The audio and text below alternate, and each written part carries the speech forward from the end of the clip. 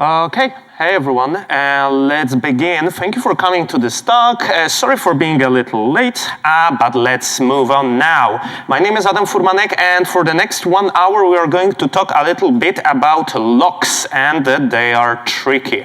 So we are going to see some theory of concurrency, parallelism, and how it's used throughout the computer science. We are also going to see multiple practical examples of where locks might be hidden from you, where locks are like stored, where they are used, which mechanisms in the operating system, in the cloud, in the databases use them, and where they might be hidden from us, but yet still affecting our code base. So that's the plan for the next hour.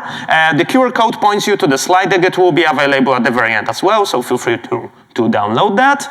And before moving on, a couple words about me. I'm a software engineer for over a decade now, working recently a lot with machine learning, also an author of these two books, one of them being about .NET internals, the other one being about maths. So feel free to take a look at and also visit my blog if you are interested in like computer science in general, .NET, JVM internals, some maths, some other stuff. Drop me a line, email, Twitter, whatever works for you.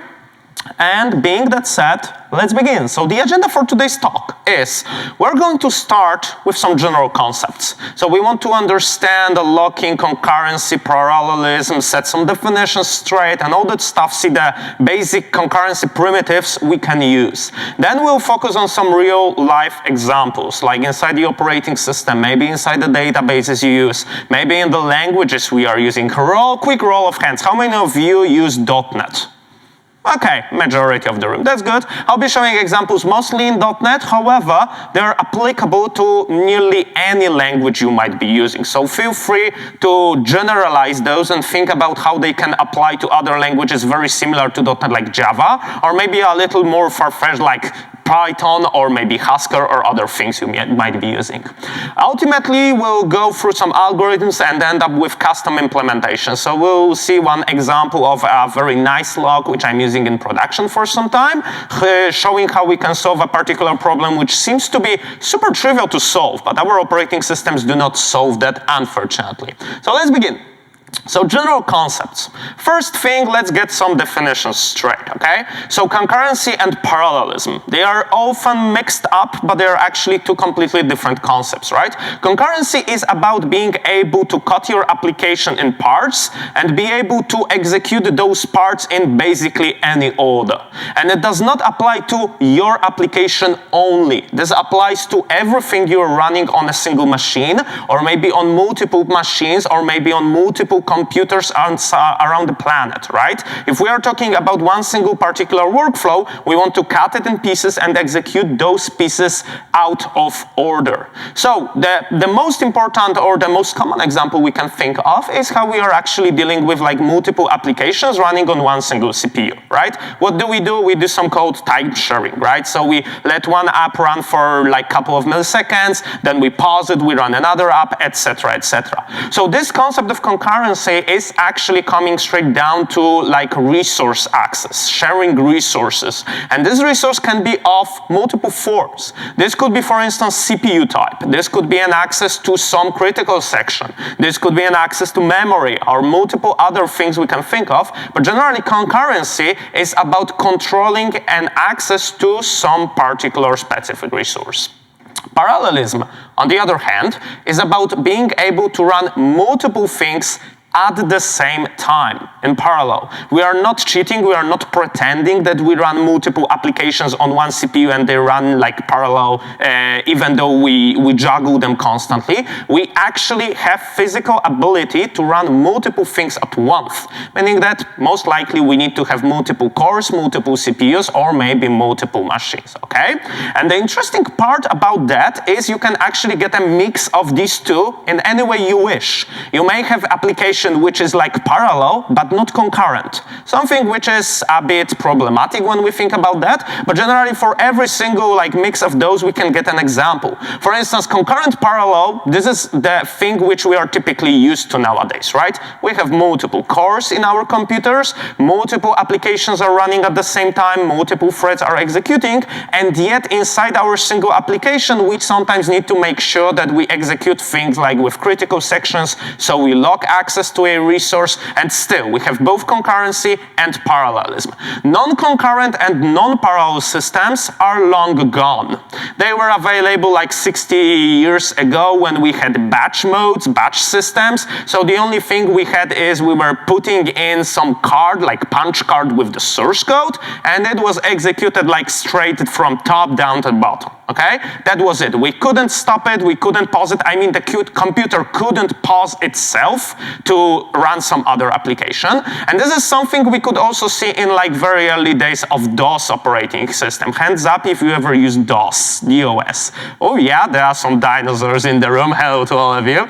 Generally, it allowed for something which was like upper mode, extended mode. There were multiple names of that, for that, right? But you had like a limited amount of memory for which you could put another kinda of application, which was like running in the background, right? So it tried to be concurrent in the sense that there were two things allowed to run in concurrently, but still it was more of this batch mode thingy.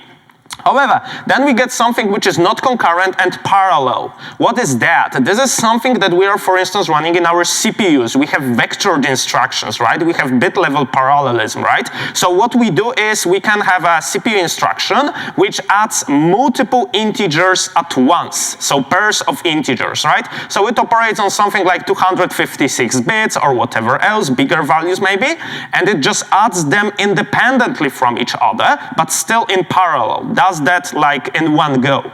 And the other thing is, well, concurrent, not parallel, one CPU, and we are doing context switching over and over again. So those are examples of any mix of these two we can have. Now, the other big area when it comes to concurrency, locking, and all that stuff is shared memory versus message passing. Shared memory is when, well, multiple cores or multiple machines physically access exactly the same part of the memory. And we are talking physical memory here, right?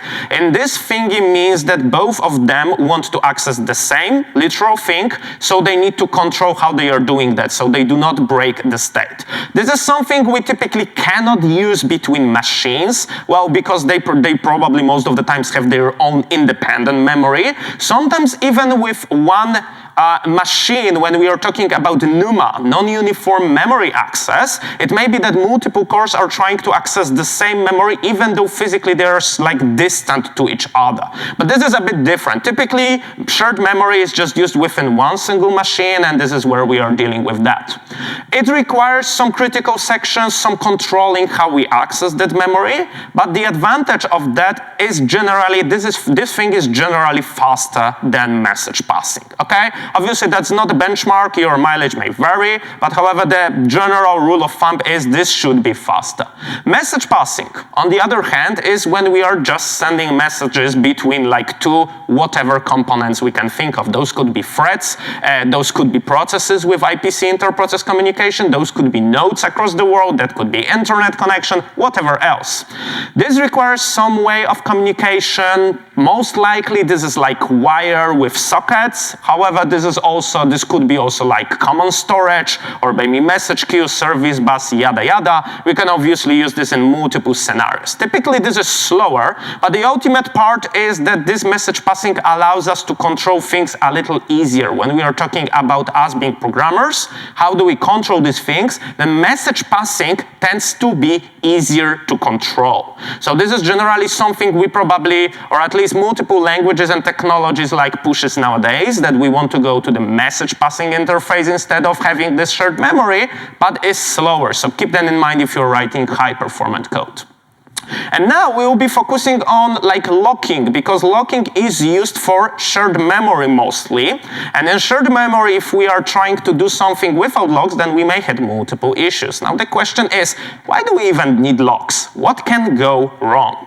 And the three like most important parts of three most important like concepts which can go wrong are here on the slide. And first one being like lost right. This is probably all seen in the university. You try to add some money, you send transfer between banking accounts. Yeah, cliche, typical example, right? So what we do is we actually have two operations, which for us programmers seem to be just like one single atomic, right? We represent this in the code as variable plus plus, okay?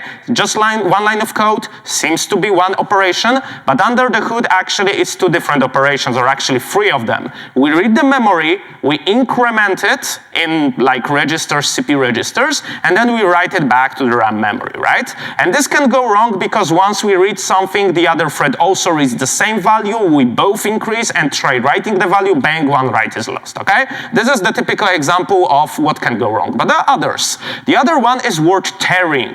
This is something when our computers, in order to be fast, they want to work on like bigger amount of data. They do not work on particular bits. What they want to do is they want to work on things like integer, which is 32-bit long, okay, typically, or long value, which is 64-bit long. Actually, we should be talking about octets, not like bytes, so this is 64 bits, meaning 8 octets, and generally this is how CPU work nowadays, okay? But what happens if you would like to, toggle just one bit inside the integer? What happens if we allow multiple threads to toggle different bits inside the same integer? Well, we get the thing which is called word tearing.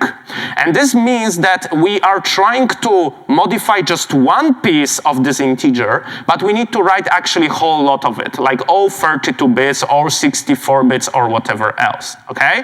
And this means that by doing that, if we do not control our access correctly, then we may be overriding changes which someone else done in different parts of this integer, okay? So this is word tearing. So this is when we are trying to access like a very little portion of bigger data structure.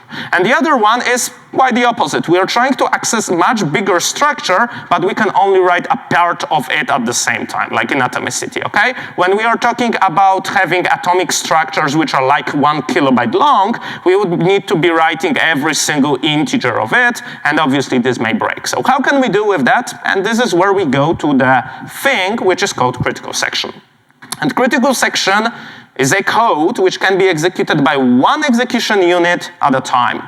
In normal worlds, meaning that we have part of the code which only one thread can execute at the time. And this was a super important problem in early days of computer science. It's pretty common for us nowadays because we first know how to solve it and have all the tools for solving it. But when the computers emerged, it wasn't that trivial to solve it because we just didn't know what to do. But still, there are multiple issues we may not be thinking of, but they are still appearing today. What happens if you are running your critical section in your C# language or whatever else, and you just die in the middle? Like you have 10 lines of codes inside the log, and what happens if someone stops you in the middle after 5th line? Okay? How can you proceed? And this is something computer science is not solving for us because that's a business problem, actually.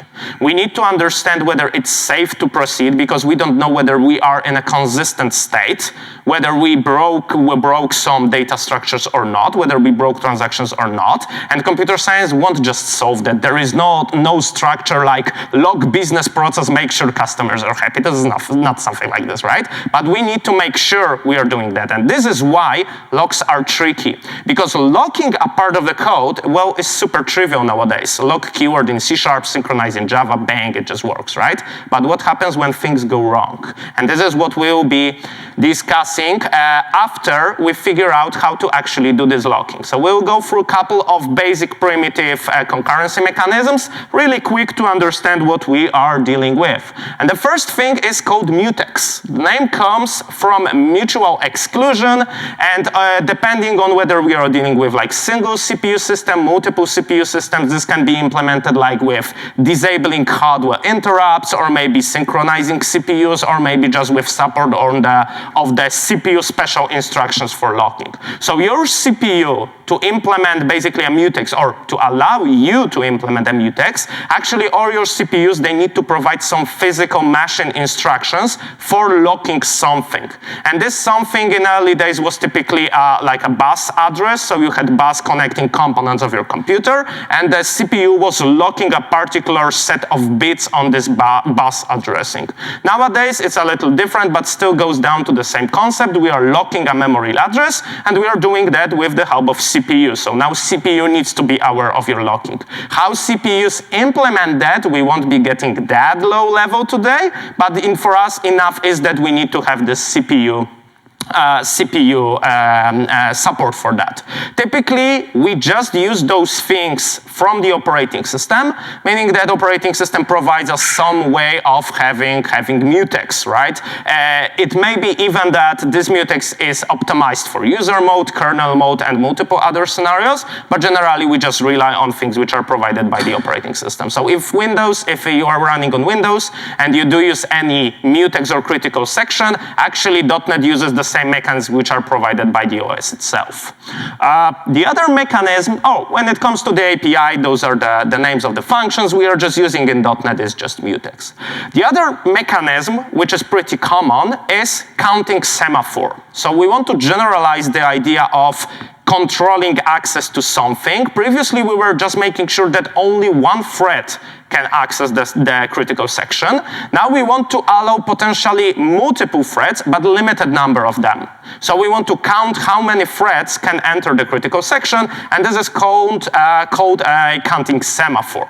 And counting semaphore primitive provides two operations, V and K, and their names come from Dutch. So this is verhogen and proberen. So they either increase or decrease the counter. And there is one pretty common interview question you may have heard that, or maybe ask yourselves, is what's the difference between like mutex and between a counting semaphore which counts only 0 and 1? So allows just one thread to enter the critical section. And we call that semaphore binary semaphore. So what's the difference?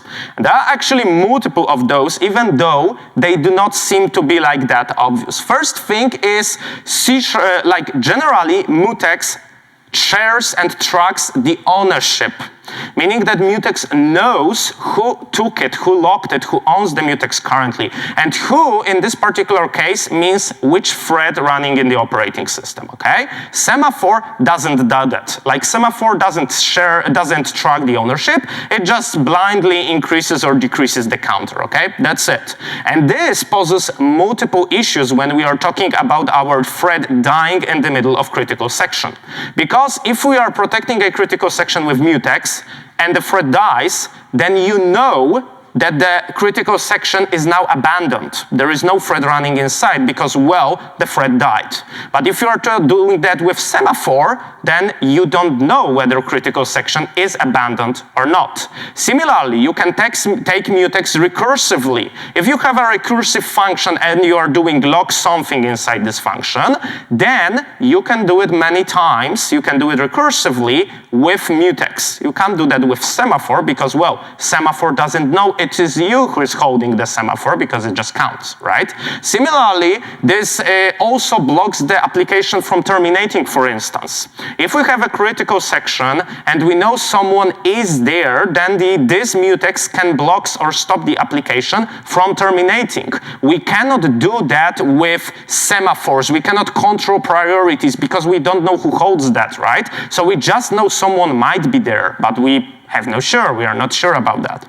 And another thing, the most important one, is actually if you are trying to take a mutex, or use lock keyword in C#, or just do mutex the lock acquire or whatever, and the thread owning it dies, then you are notified about that, right? .NET throws an exception of you, hey, there was an abandoned mutex, so feel free to take it, but you need to know whether the data structures are now in correct state, okay? With semaphore, if a thread dies, then bang, you're done. Semaphore just won't let you know that it's been abandoned. So generally, a rule of thumb is if you are using semaphores, be careful, because they may be way harder to use than they seem to be. Obviously some API, and one interesting thing about semaphores, .NET provides actually two implementations of them. One of them, the semaphore, is backed by the operating system construct. So it's typically slower because it goes through the kernel mode, switch from user land to kernel land, etc. Semaphore Slim tries fixing that or maybe improving on that a little bit by also doing a spin looping. So before entering the kernel mode, what it does is it first tries to spin for a little and then it makes it a little faster, okay? So generally the recommendation is generally you should know what you're doing when you are using locking primitives, but recommendation might be that consider semaphore Slim instead of the semaphore. And now we are actually entering a very interesting world. How should we tag a concurrency primitive, okay? How should we lock it? And there are two typical approaches. First of them is go to sleep. So ask the operating system, hey, I'd like to take this concurrency primitive, I'd like to acquire it, but it's being taken now. I'm going to sleep, please do wake me up when it's ready, okay? So operating system will keep the track of the concurrency primitive for you and will wake you up when it's available and you'll be given this lock or whatever else, right? However, this is expensive because operating system needs to take care of that. Expensive as in transition from user mode to the kernel mode takes a significant amount of time, significant number of milliseconds. So generally, if we are doing this hundreds or thousands of times a second, then generally it will hit us. It's like a performance hit. And more importantly, but this is something for operating system implementation and writing drivers and all that stuff, we can't sleep in all circumstances. We can't sleep, for instance, if we are writing kernel drivers, because, well, operating system cannot just go to sleep in all the cases. So this is something we'll need to think about that. But that's a whole different story. The other approach is let's just do a spin wait. So we might want to hog the CPU. So we will be constantly checking, hey, lock, are you available to be acquired? I am not. Okay, I'll sleep for a second, just wait. Or maybe I'm just looping without sleeping, okay? And then you hear your fans going on, your computer becomes loud, your CPU spikes up, and you're just doing that over and over again, okay? So this is the so-called spin waiting.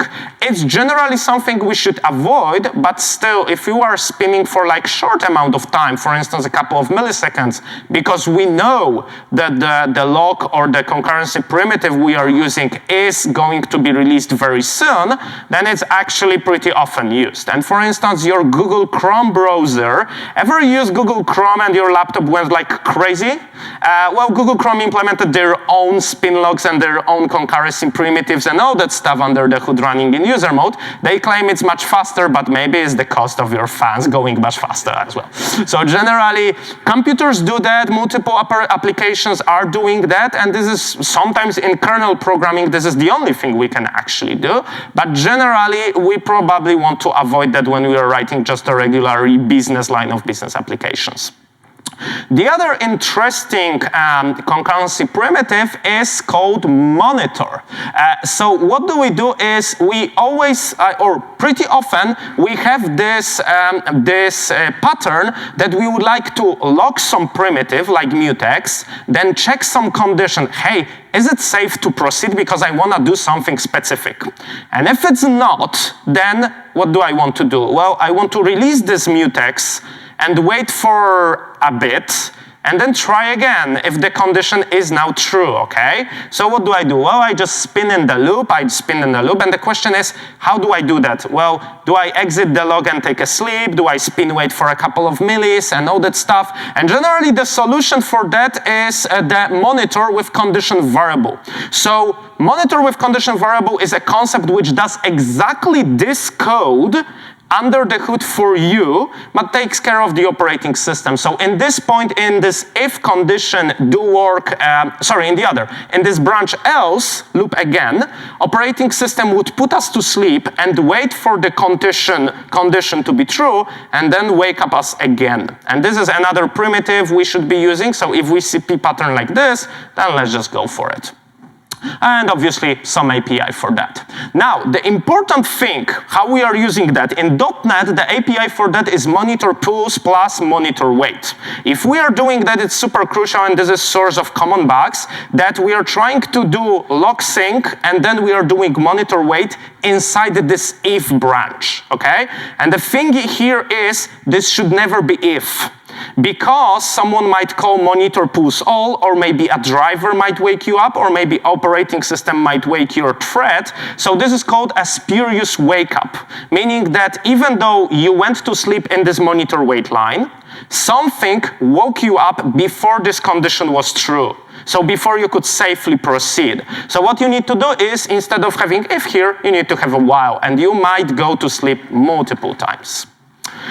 That's it for like the most basic primitives. Now we are talking about entering the word, how do we synchronize across multiple applications, multiple computers, multiple nodes across the world. So we have this distinction between local primitives, like mutex, which is held only in the user land and works only for your application, or maybe we have primitives which are now becoming global. Maybe they are global for the operating system, so they are typically named mutexes, or named semaphores, or whatever else, or maybe we are just using even something different, for instance, cloud log to synchronize between clouds or between machines around the world, okay?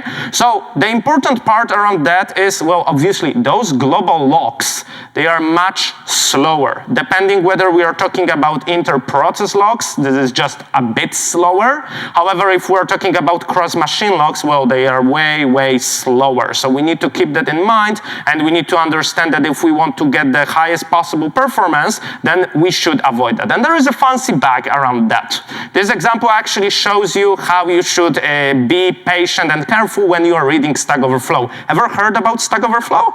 Yeah, okay. So if you want to have like a global log for a DLL, if you Google something like this in Google, obviously, it shows you a Stack Overflow answer, which tells you, well, do this, something like DLL get GUID, yada, yada. And this answer was wrong. Meaning wrong in this sense that it wasn't getting a unique identifier, but something which was pre-compiled and a common value. And then two different applications from two completely different developers implemented exactly the same code snippet from Stack Overflow, and someone was tweeting on Twitter about that hey, he installed this application and like everything got crashed, deadlocked, or whatever. He started debugging both of them because the guy was a programmer, and he found out, yep, they are using the same code from Stack Overflow. So generally, if you are copying blindly, we never do that, obviously. But if you happen to see someone doing that, keep in mind that, well, those things may actually cause multiple problems from distant applications. It's not only that you are affecting your business code, but maybe someone else's code as well. Moving on, when we need to go with truly global logs, so logs between machines, they need to be discoverable in some way. So they need to be named, they need to have like global unique identifiers or some well-known names or some well-known patterns, and they typically require network communication. So notice how fast we were before and how slow we are getting now. How long does it take to get from Australia to, let's say, the United States? And I mean about the wire, not about the plane. And if you can calculate the speed of light and how many kilometers it is from here to there, you'll quickly realize that just one single round trip will take you tens and hundreds of milliseconds. One round trip. And if we are talking about getting a log between multiple machines, then we are probably talking about like two-phase commit, which has what, 4 round trips? You go there and ask, hey, can you do this? Yep, I can. Okay, do this. Yep, I did that. We have 4 round trips, lovely, and then what? And we are now talking about like hundreds of milliseconds. That's why distributed logs will kill your performance immediately. So generally, avoid doing that and only use them if you know what you're doing, and if you are sure that's the right solution. And now we come to some problems with logs. Well, there are multiple things what happens when something dies. If we are running inside a critical section and we die, is it safe to proceed? How do we know if it's safe to proceed? How do we know if we died. If we are running a semaphore, we don't know that. But if we are just running a lock in between between multiple applications on the same machine, how do we know whether the other thread in this other machine, this other application died or not? Because we don't get an exception, right? We may not get an exception, not get a notification. How do we check who owns the lock to just ping that guy? How do we know if we are talking about multiple machines that the other guy died and is not like running super slow, or maybe our internet connection got super slow and we just cannot reach the other end, right? How do we get to that? And the most important thing, if there was one sentence you remember memorized from this talk, it's this one. Always acquire your logs with timeout. This can be crazy high timeout, something like 24 hours, right? Because our process is finished in milliseconds, so 24 hours seems like should never happen. And then one day you might be surprised that it does. Never acquire a log without a timeout, which means actually you might now think, if you are C# developers, and most of you are, about two things you use commonly in your code base. First of them being lock keyword. How do you put a timeout in lock keyword? Does this word support a timeout? And second, more importantly, because how many of you ever used lock like this year? Yeah, okay, couple of hands. How many of you ever used await this year? How do you put a timeout in await? And this is exactly the same issue. If you are using async and await, you are risking you have a timeout, and like you deadlock, and you have no timeout inside await, so, well, deadlock will just be there. Think about that when you are writing your code. And now we come to the question, okay, locks seem to be terrible. This God stage is telling us, well, this is worst thing. What can we do instead? We can use and we'll just briefly touch on it. There is an operation which is like not considered to be locking operation, which is called compare and swap, CAS for short. And this compare and swap operation does something like this code snippet on the left, which basically is taking a lock, then getting some value from the memory, comparing it to the new value we would like to have stored in the memory, and if this value was as we expect it to be, then we override it.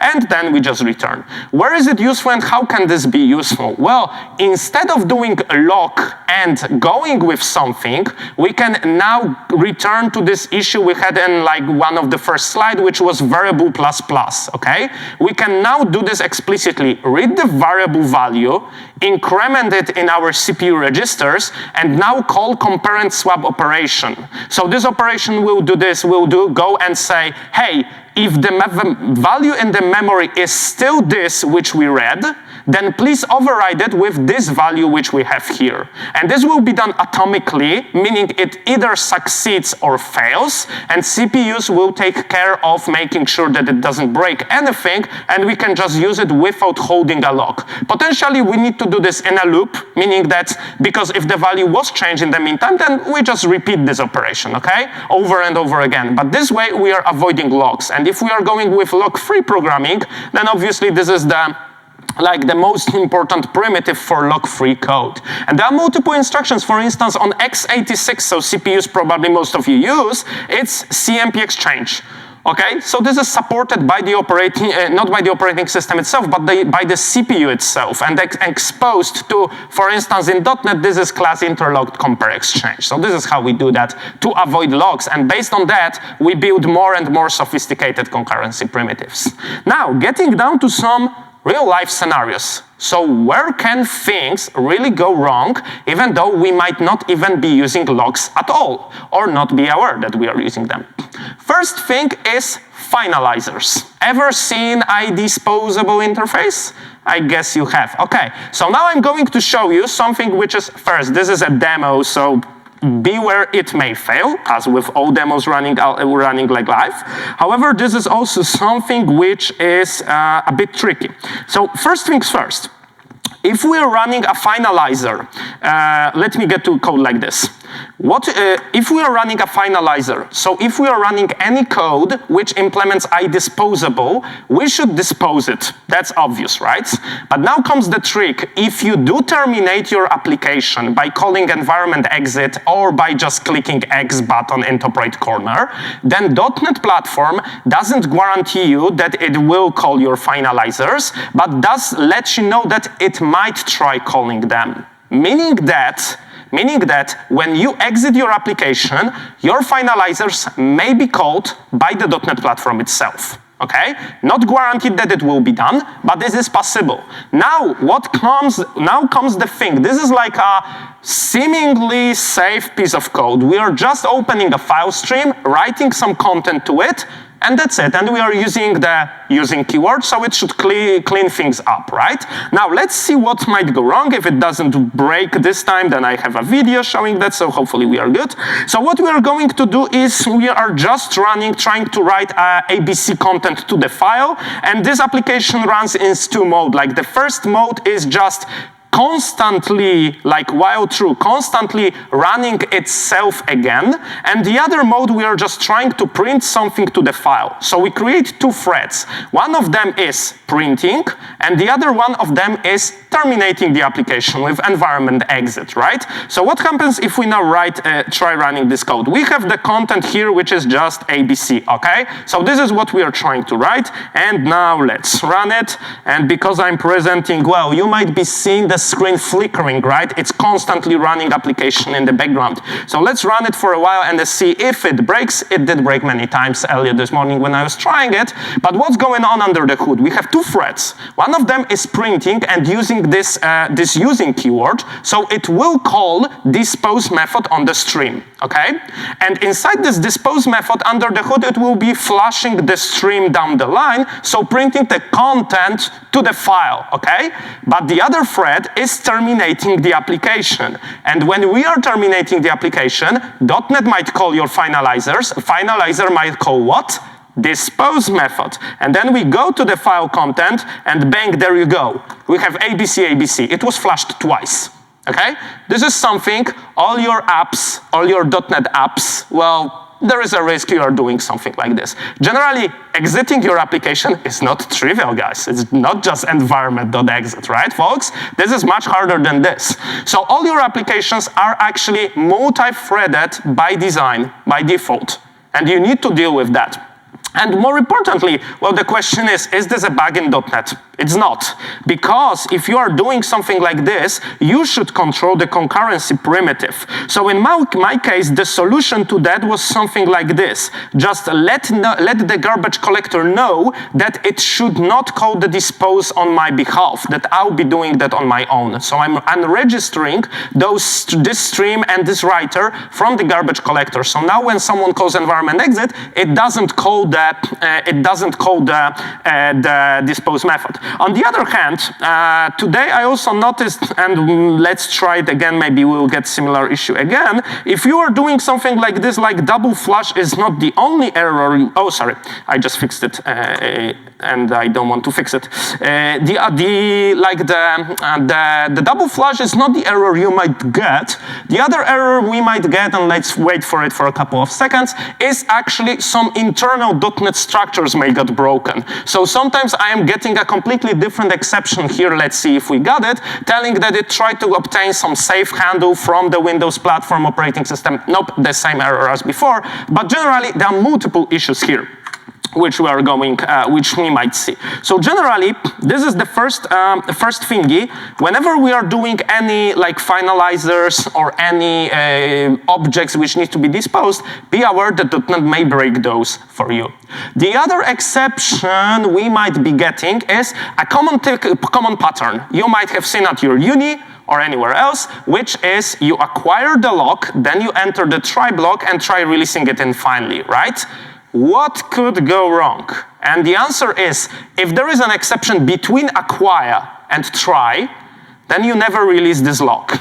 And this is something actually .NET solved, or because it did have this bug with your lock keyword. It was doing exactly this before .NET 4.5. So they did have this bug and they fixed it. Now this acquire lock is inside the try block. But if you go to other platforms, Java, Python, anywhere else, you pretty often see exactly the same pattern being shown as the one right pattern to use. And the question is, well, do you have any guarantees there will be no exception in between? Okay? Another issue. Yet another thing is double-checked lock. So this is also a pattern you probably learned at your university, which seemed to be amazing, right? What is the problem with like initializing a singleton? We enter the synchronized section or lock section. This code comes from Java. Same can be, or same is possible in C#.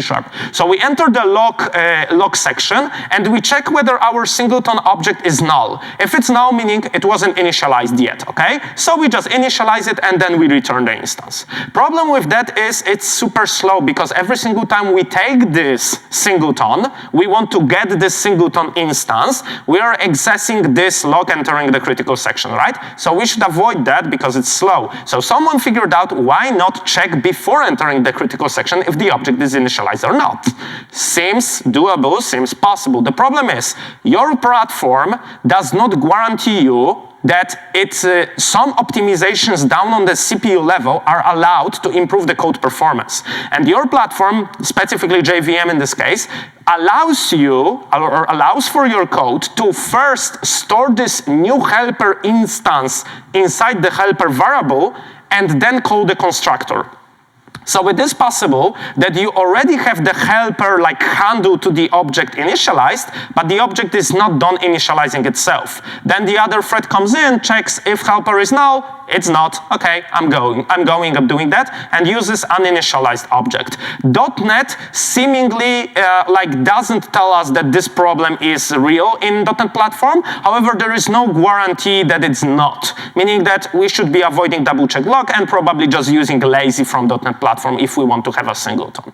Another issue, if you are allocating anything, you are allocating new object, right? It's allocated in the heap, okay? And the heap, because it's used by multiple threads typically, needs to be locked as well. So there is a lock inside your heap, okay? So when you go new object, .NET platform and the operating system takes the lock, so other thread cannot change the heap, modify the heap pointers when you are doing that. This means that if you just paused some other thread or killed some other thread, and that other thread was right in the middle of allocation, then you'd effectively kill this lock. It's acquired, it would never be released, okay? So what happens is you will get a deadlock pretty soon because even seemingly safe console.writeLine will probably try allocating some string under the hood and you get a deadlock, okay?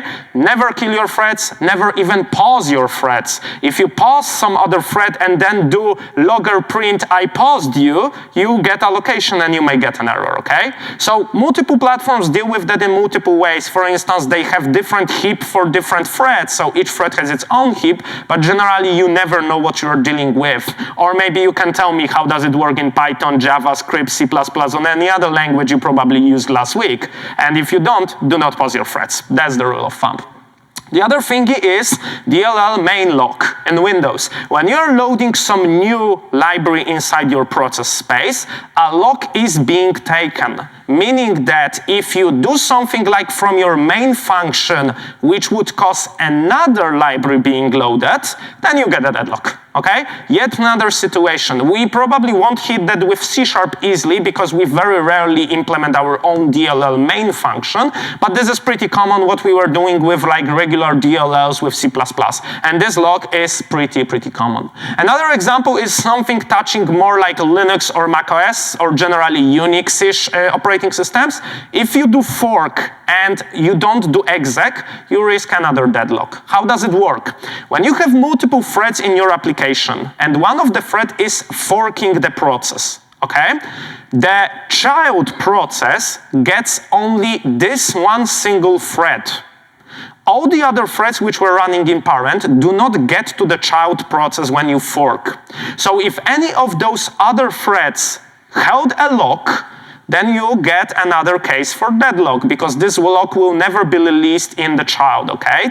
So if you fork and then, for instance, try printing out, hey, I did fork, then what you get is someone might be taking a log for your heap, and you again get allocation in the middle, which is locked, and you get again your deadlock again, okay? So never call fork without exec calling being called immediately after the fork. No logging in between, no anything, just fork and exec, always. This one we will skip because this is for counter programming, so we will just skip that. The other things which we are using is, for instance, SQL databases. If we are dealing with SQL database or any other database, it actually provides two different types of logs you need to be aware of. One of them is called latch, and this is like the actual log primitive SQL server uses to protect its own like memory pages, etc., etc. But the other kind of log is the log we use for our transactions, so the isolation level. Hands up if you know what your isolation level is on your DB context you are using with your database. What's the default, right? And there is one hand, congrats to the gentleman. The thing is, this default depends on the technology you are using. For instance, if you are connecting with DB context from Entity Framework, I might be wrong here, but I think it was going with serialized. However, it was not? Oh, okay, apparently I was wrong. But some other technologies were going with, not even with repeatable read, but with read committed, okay? So there are multiple isolation levels in play, and if you don't know which isolation level you are dealing with, then you may get some issues. Did you, for instance, know that with read committed isolation level, when you are reading like records from the table, you do select star from table, it may be that it has like multiple rows, then you may read the same row twice, just with read committed. This is something you might get, and this is default for multiple technologies. So if you are dealing with that, well, that's another source of locking issues you may hit. And yet another is any cloud leases you are using, right? If you are accessing Azure blobs, queues, zookeepers, anything else, those things, they do use some lock because they do lease those mechanisms. And actually what we need to do is we need to use timeouts for locking those things. Most of them have timeouts by default, meaning that you try acquiring some resource in the cloud. It will be by default on a lease way, so you need to refresh the lease every minute. And this is what we are used to, seems to be okay. But there is another problem. What if we took this lease and we need to refresh it every minute, but we maybe not forget, but we are too busy doing something and we do not refresh it? What if we are like waiting for something inside our application and it took a little longer than a minute? What if it's not just taking a log, but even seemingly safe loop performing some calculations, and we just can't get it right on time?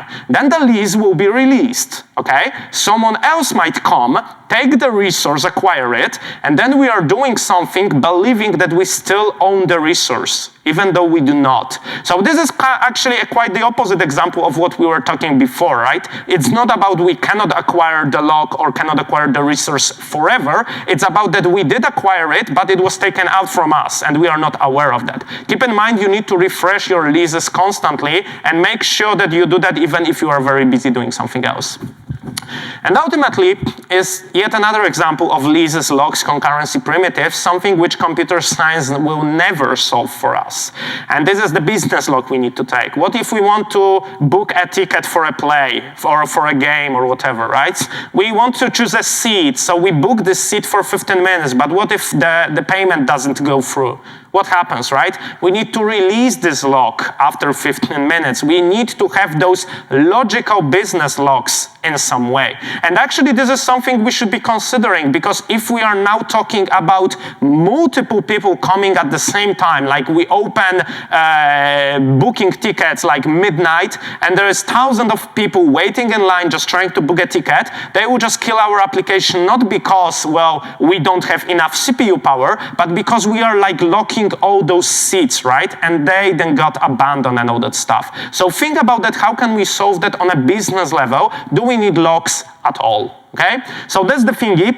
And now moving on, we will quickly run through algorithms to see how those things can be implemented under the hood, and then we will get to our own lock. So the first algorithm, which was super important for the computer science, is called Decker's algorithm, and it did solve the critical section problem for two processes or for 2 threads only. It was later generalized to thing called Peterson's algorithm, which was able to run on multiple threads or n threads, and there were obviously other algorithms, generalizations of these ideas. And even though now we think, okay, locking a resource is trivial, what's hard then, right? Then actually, if you read history of those things, it was actually a very interesting problem, and people were thinking for a long time, how do I juggle with 2 variables to lock this resource? So these were actual breakthroughs in the computer science.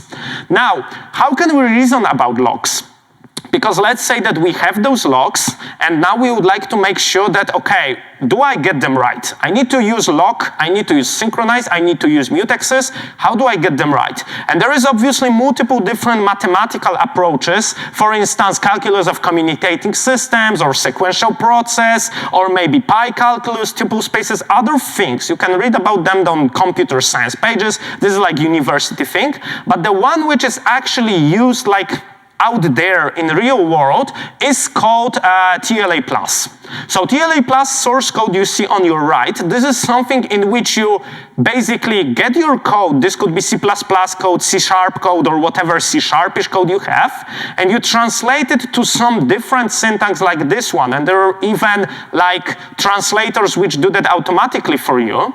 And then you have a solver which is trying to prove all the assumptions, preconditions, and postconditions, and show you that this code is not correct. And for instance, AWS, when they are implementing their DynamoDB, they do verify correctness of their locking algorithms with TLA+. So if you want to make sure that your code works, then unit tests will never give you that, but things like TLA+ will prove that your code works.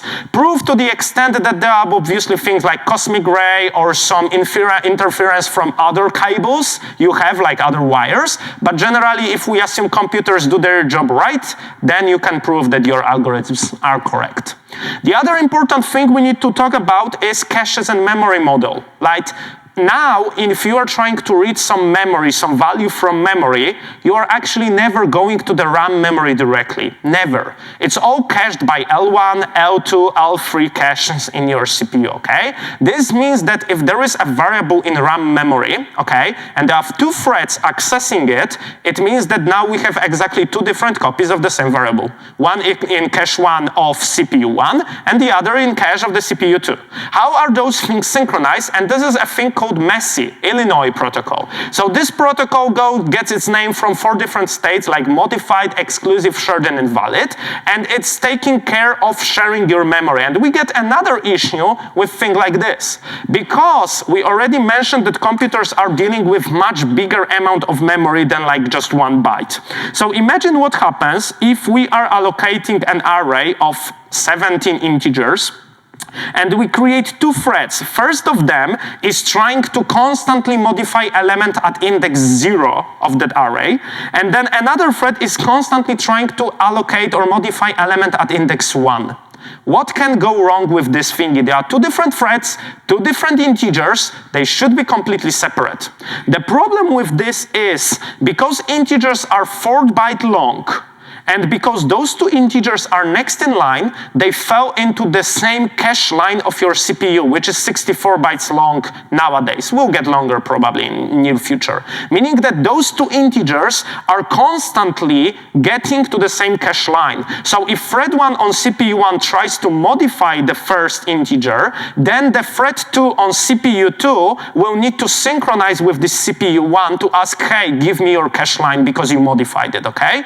So this is way slower, and the solution for that is we need to implement a thing called stride. So instead of changing the integer at index 1 here, we should be changing in the integer at index 16. So this falls into different cache line. Yet another source of issue we may get in our applications.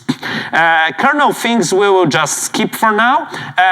So now, the rule of thumb or the outcome of this whole discussion is It's super tricky to get this right. Generally, use already available mechanisms which are there. For instance, blocking collection in .NET, task run, any concurrent synchronization on, or like structured concurrency primitives, executor service, MPI, other things. Avoid building those on your own because there are multiple layers which can go wrong.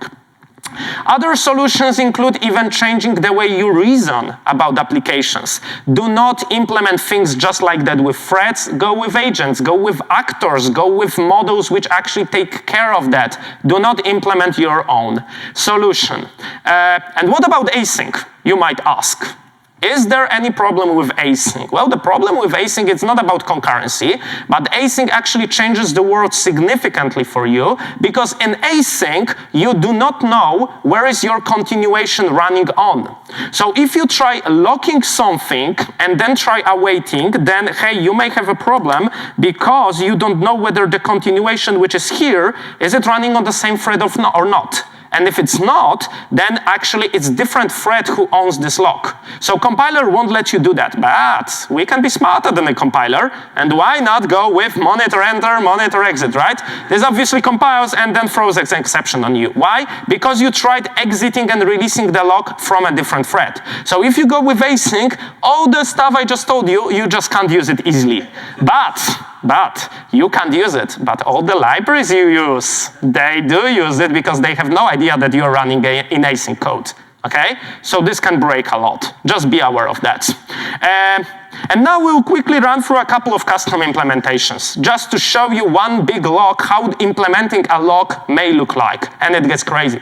But before doing that, I told you semaphores are crazy, because they don't let you know that who owned that and whether it's abandoned or not. Instead of using semaphores, you need to go with mutexes, okay? So the solution for using semaphores is you get mutexes, like an array of mutexes, and you try awaiting any of them in your .NET application, and then you get the ID of the mutex which you acquired, or you get the exception with the ID of mutex which was abandoned. So this is probably something you could be using instead of semaphores, because semaphores are super dangerous. Just go with mutexes in case. The other example of let's implement a locking in like least amount of code we can, and that's it. You just use a file. You open a file and you ask operating system, hey, please do log this file for me, okay?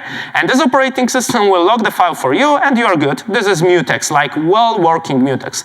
It even works between multiple machines. If you have like network file system which supports locking files, and some implementations do, then you can use this even to like lock between machines around the globe. Obviously it will be slow, very slow, but generally will work. And now, let's move on to an actual mutex, okay? Let's implement something for you. So, if you ever ask operating system like Linux, Windows, whatever, hey, who owns this mutex? Those operating systems will never tell you that. There is no way of finding out who owns the mutex. Okay? And now, if you are dealing with locking something, I told you always acquire a lock with a timeout. So the timeout passed, 24 hours passed, and you realize, okay, I can't acquire this mutex because probably some other end, some other thread, some other process died. And I don't know about that, right? Because I wasn't notified. How can I deal with that? And we are going to implement a mutex with an ownership tracking. So a mutex which will be capable of telling us who owns it, which thread and in which process, so we can later kill that thread, kill that process, or just do something fancy in it, okay? So that's the idea. So how are we going to implement that? So we are going to use interlocked compare exchange, so CAS operation, compare and swap, and we are going to have one long field, 64 bits of memory, which will be sharing between threads and between processes. And inside this one single long, we will store a 32 bits of the process identifier and then 32 bits of the thread identifier, okay? So this is what we store in the memory. One long variable, 8 octets, storing both process ID and the thread ID. And the magic is, we'll just show you how long it takes. It's something like 200 lines of code to implement all of that. And what we are doing is, first, we get this identifier of ourselves. I check my process ID, my thread ID, I create an value, I calculate for how long I should be trying to acquire this lock, and then throwing exception telling, hey, I cannot get this, you deal with that. I open a memory mapped file, so I open shared memory between threads, between processes inside the operating system. I get obviously dangerous get handle. I need to get an actual pointer for that memory. And what I'm doing now is I'm spin looping and I'm trying to do compare and swap operation on this memory. So I assume if the variable is set to 0, it's zeroed out, meaning that the lock is not acquired. It's free to be taken, okay? So I tell the operating system, hey, please try doing that. Use this memory, and if the memory is still 0, then please store my identifier, so my process ID, my thread ID inside this memory, and return me the current value of the memory, okay? And this thingy will be done atomically without synchronizing anything around, etc., etc. And then I check, okay, if the lock was 0 before I came, then it means I now acquired it. I can do my action, which is my lambda, which I pass here, which is basically anything I want to do with this lock, okay?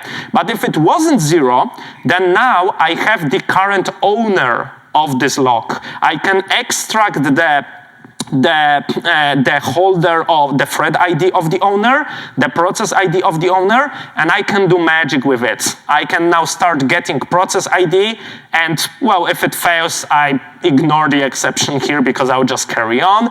If it doesn't exist, I am trying to clear the lock, because if the process died in the middle, well, I'm trying to clear the lock so it's usable now, okay? So I'm using compare and swap again, but in the meantime, someone might have changed this thingy, so I cannot lock again and cannot just clear it out because I will release someone else's lock, so I shouldn't be doing that. But if it does exist, then I check if it's not running for too long. I call it self-healing time, so I let it like 30 minutes to run. If you're holding this lock for more than 30 minutes, then I'm a terrible person, I'm trying to, well, kill you, okay? So I go there and I try, you know, getting the process ID, then I'm trying to run CDB to dump a memory of it, so get a memory dump so I know what was happening in that process. Probably it had some deadlocking scenario, so I want to debug it later. And then what I'm doing at the very end is I'm just killing this thingy, okay? After killing it, finally, I spin loop again, come back to the beginning of this loop, and try acquiring this lock again. If something broke in the middle, there is an issue, obviously, so we log it. And there is also an interesting thing that I might be at some point trying to release this lock, which I was not the owner of. Meaning that something really bad happened because I took the lock, I believed I'm the owner, and then it happened that someone took this lock away from me and I'm not the owner of this one, okay? So if you get to this line, you have another probably 200 lines of code figuring out how to fix that, right? So this is how you do this thingy. Obviously, it's not trivial, and there are multiple other with this. There are multiple other issues with that. There is no fairness, right? If multiple threads are trying to acquire this lock, there is no queue who should be the first one to take it, okay? So we may starve other processes. Taking memory dump of some other process, while super useful, it's also super risky. Why? Because when to take memory dump, you need to have a debugger connect to that process. What if debugger dies? Then you can't even queue this process because it's operating system who protects it now. So this is the way how to create a process which cannot be terminated at all. Just attach debugger to it and don't let debugger, or kill the debugger, okay? So ideally, we are doing a spin weight here. So we are hogging the CPU like 100% of the usage like crazy, obviously, but it just works. So that's a proof of concept kinda, but I'm using this in production as well with some other tunes. The other thing is I am storing 32 bits of the identifiers, right? What if the process ID is a little bigger than this, right? We should store 128 bits, like 64 bits of process ID, 64 bits of thread ID, right? But then we need to have a CPU support for compare and swap operation of 128 bits. And this is something your CPUs may not support out of the box, meaning that this approach won't work with such a big amount of memory. Again, another issue here is we do not support reentrancy at all. So if I try getting this lock and then try getting this lock again, then it's reentrancy, and what should I do? Well, I can assume, okay, I have this lock, so I can take it again, right? But then how do you track the count how many times you got this lock? You need to, because you cannot have more than 64 bits with this approach, and you need to atomically have more than 64 bits, so you get, chicken and egg problem. However, generally, approach like this works, so this is how you can see how to implement your sort of user-length locking primitives which do the work for you. Summary. Avoid locks when possible. Use some other things like tasks, like executor services, like generally thread pools, like blocking collections. Use things which are implemented for you in the starter library.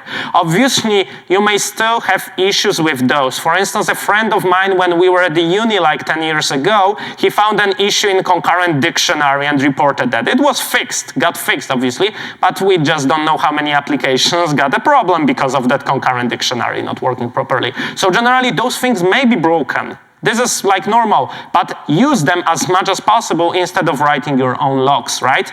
Another thingy, keep your critical sections, keep your resource leases, keep your any synchronization primitives as short as possible. Because if you make them longer, then first you decrease the performance, second you risk that you die in the middle, and if you die in the middle, there is a problem, because is the state consistent or not? Think about that from the business perspective as well. Also, when you are refreshing cloud leases, make sure you do refresh them on time, and you do not get blocked for any particular reason. Think about situations when you call some external application while holding a lock, because you don't know what this external application is doing and how long it will take for it to finish.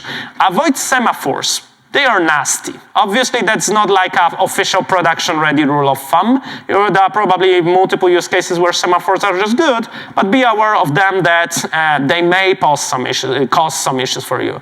And if you are going with async, keep in mind async breaks locking primitives a lot. This is probably not an issue for you if you are using just a C# code, but once you start doing interrupts, pinvoke, calling maybe some code which is not async enabled, like code from even VB.NET, right? Or maybe some C++ code. Keep in mind those things are not aware of your async enabled code and may use those locking primitives, and you'll get them broken by that. And being all of that said, it's time to ask questions, and we are shortly after time, so we'll probably take this offline. Couple of resources for you are also at the very end of this slide deck if you are interested in reading more. And being all of that said, and also some links to the internet if you don't fancy reading books, and being all of that said, there is a QR code for the slides, and I'd like to thank you for coming to this talk. Hope you enjoyed it, hope you liked it, have a great afternoon, and thank you.